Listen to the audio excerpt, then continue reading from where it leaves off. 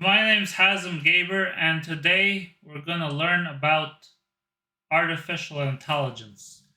I'm building a course on artificial intelligence so you can figure out what it is and so you can have the tools to use it, to build applications, to solve problems, to change the world. Because artificial intelligence is the future. So, first question: why should I learn about artificial intelligence?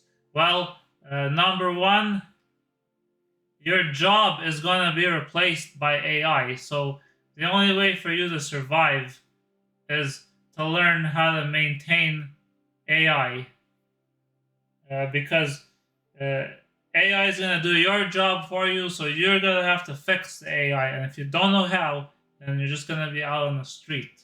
But if you do know how, there's massive, massive career prospects for you, and you can make a lot of money. And AI is everywhere. Even if you don't work on it directly, it's going to affect you. It does affect you already.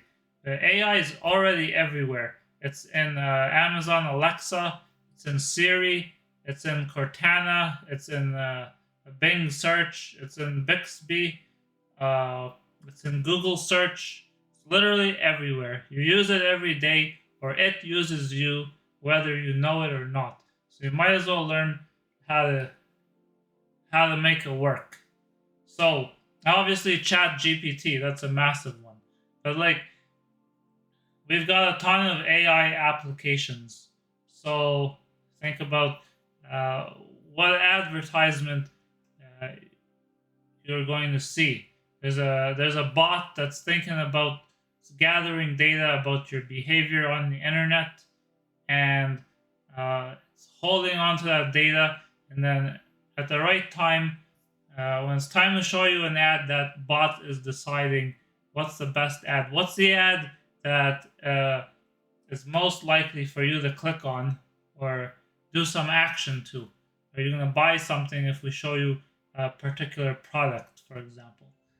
Obviously, AI is in self-driving cars. Tesla's one of them, but like all the car manufacturers, like literally every single one, except maybe cheap Chinese ones, are using AI to figure out how to make the car drive by itself. And if they can't make the car drive by itself, then at least they're teaching it how to avoid uh, running over pedestrians when you're texting on your phone. And obviously, as I said, we have AI in search engines. AI is used a lot in facial recognition software. So it's actually it's not just running. It used to be running on servers, but now a lot of the big camera security camera manufacturers are putting AI right into the camera. So the camera basically has a computer built into it, and the camera is processing uh, the video stream right on the camera and sending it back to a user or a monitoring station. And so, camera can detect people, can detect objects, it can read license plates, it can in the future, and even now, cameras can detect suspicious behavior on their own and create an alert. Say, hey, it looks like there's a guy who jumped over the fence, or it looks like there's a shoplifter. Somebody uh, picked up a chocolate bar from the shelf and put it in his pocket, for example. A camera can do that and then alert the security guard of the video, and they can take action based on that. Obviously, AI is being used in cybersecurity. So a lot of times when you log in to your online banking or to some application, that application is looking at a number of factors to determine whether it's a legitimate login. So might be you might a hacker might learn your username and password and try to log in, but he's not you. So he's trying to replicate the conditions of you. So it might be he might be using a different type of computer to log in, or he might be in the wrong geographical location. Say you're in New York and you log in, and then an hour later somebody logs in Los Angeles. That AI can detect the anomaly, say, hey, this can't possibly be the same person. We should block the login. We use AI in investing. So a lot of stock traders are using AI to simulate whether they think a stock's going to go up or down. And they've even given the application the ability to buy and sell stocks, not just predict where the stock is going, but actually trade on it. So somebody writes a program and tests it out and then lets the program run. So the program is buying and selling stocks with no human intervention. We also use AI in medical applications. So we can detect cancer, we can detect brain tumors, we can help a doctor make a better decision. AI is not actually doing treatments yet, but down the road that's likely to happen. And then obviously there's a lot of AI can play games, it can solve puzzles. There was an AI bot on Jeopardy. There's obviously been AI bots that could play chess. This is not new.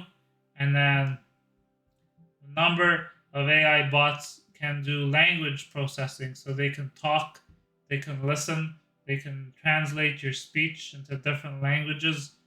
Language processing is huge. So, what is AI? We should have probably mentioned that earlier in case you didn't know, but AI stands for artificial intelligence.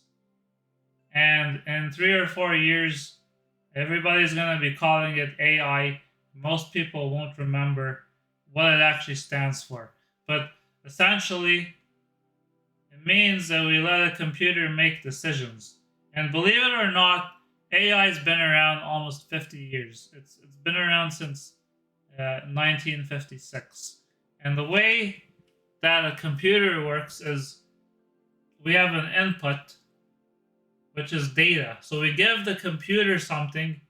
The computer has logic or code or whatever, and it applies its logic to the input and gives us back an output.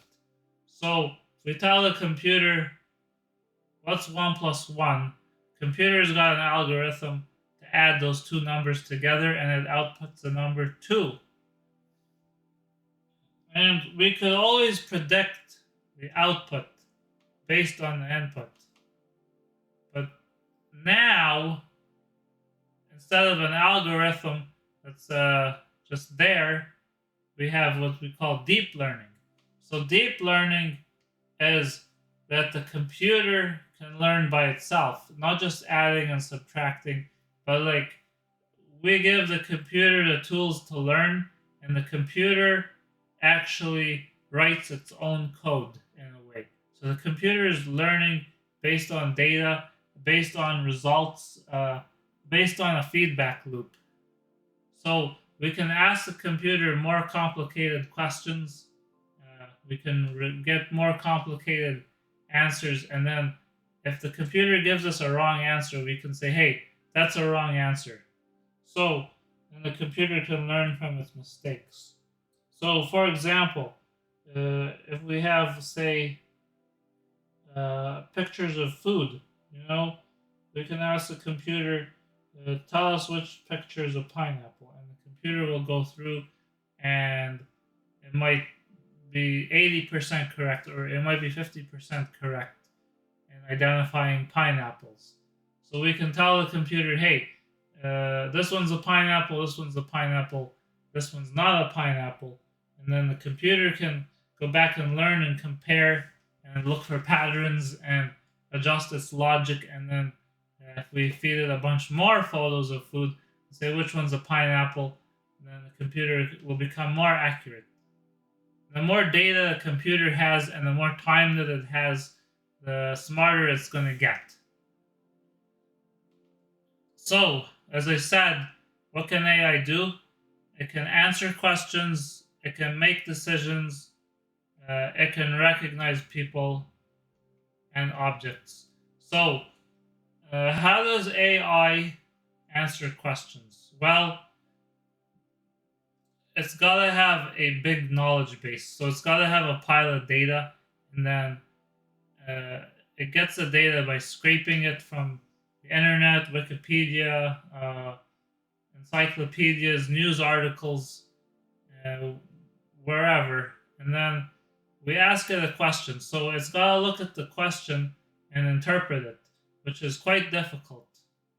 So if we ask it a question like, what's the capital of Spain? Then AI has to take that question, break it down. What's this guy asking me? Well, what does the word capital mean? Capital has a number of different meanings, right? So it could say capital of Spain is Madrid, or it could say capital letter, for example, is S. There's many other interpretations. And it's easy for us as a human to say, well, obviously that question makes sense, but computer doesn't know anything. So we have to teach it how to understand that question. And we can't teach it in the traditional way, because the traditional way would be either look for patterns or possibly we'd have to give the computer a list of every single possible question that could be asked and the corresponding answer, which is impossible. It's impossible to do that because you also have to account for different languages, different grammatical errors, syntaxes. The user might not. Two people might ask the same question in a different way, and AI has to be able to understand what they're asking. It looks for keywords, it looks for past and present tenses, and then it searches a data set for the answer. But AI doesn't have common sense like a human being. And the other problem is that AI knowledge is not accurate because it's crowdsourced. So it's garbage in is garbage out. Another thing AI can do is it can be used to make a decision. So the decision can be yes or no, or it can be more detailed. So we can ask AI, how much money should I invest in this stock, if at all? Does this person have a broken bone based on the x-ray? What kind of drug should we give this patient? And the way that AI does this is it takes a whole bunch of inputs and it weighs each one, and then it considers all the different outputs. So if I said, which stock should I buy? It could be like 100 stocks on the stock market. So AI could think about each one as a separate decision. And then maybe it says, you should buy eight of these 100 stocks, and you should put $1,000 in one, and 10,000 in the second one, and 6,000 in the third one, etc. You can weigh the different options, or we can make it so that it can develop its own options. So instead of saying pick one of these, just give us the answer, and AI will say, well, here's 5 choices, and this one is the best one. It's 80% right, and this one's 10% right, and this one's 2% right. But this is something that AI has to learn, because a decision is only as good as the data that you give it. So if you give it bad data, you're going to get bad result. And obviously, as I said, language processing is massive, text to speech. So you write something and then the AI reads it, but there's a lot of research and development into making AI sound like a human. There's also speech to text. So you say something and then AI turns it into text, writes it down. That's also huge because transcription is used everywhere. Videos, uh, this video that you're watching right now, for example, is transcription. Court recordings, TV shows, movies, everything. And we can teach AI to speak or understand different accents. So we can give it the same language but a different accent. So you can have a English language and a Chinese accent, for example. And we can translate from one language to another. But now AI has gotten so powerful that it can have an oral conversation with someone or write an essay or pass an exam like the bar exam, SATs, GRE, and there's ethical considerations. So we should also look at perception. AI can see stuff, and the way it does that, it's like a human in a way. It can use cameras, radar, sonar, microphones to understand the world around it. So there's a lot of development in robotics, image recognition, facial recognition, speech recognition, and this is very powerful as well, especially in the security industry and in the driverless cars as well. And another thing is that AI can search efficiently through large sets of data.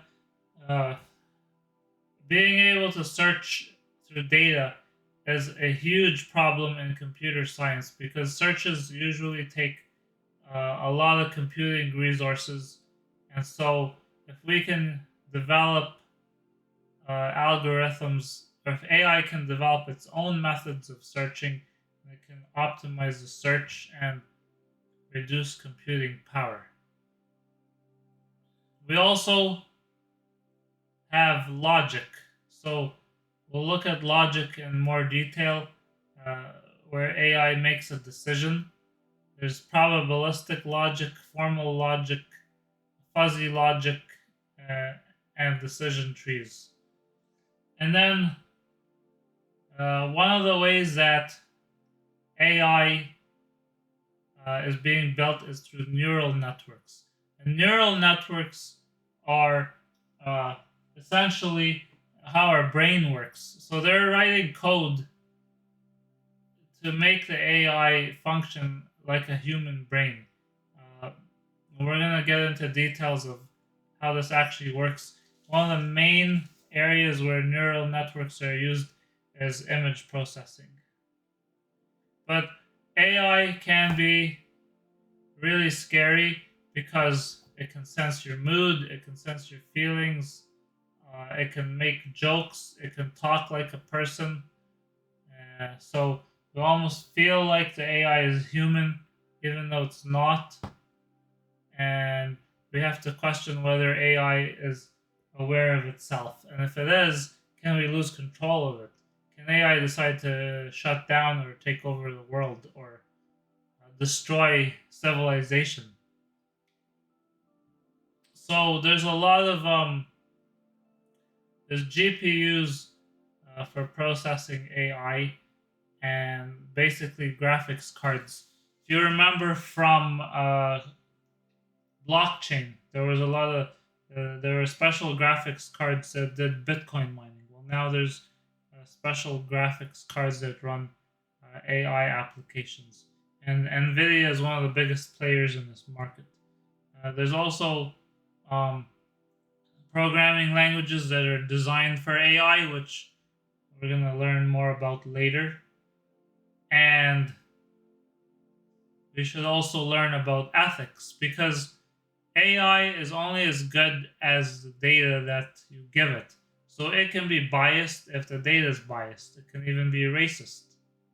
And the person who wrote the AI algorithm can be biased or racist. That will turn an AI algorithm racist.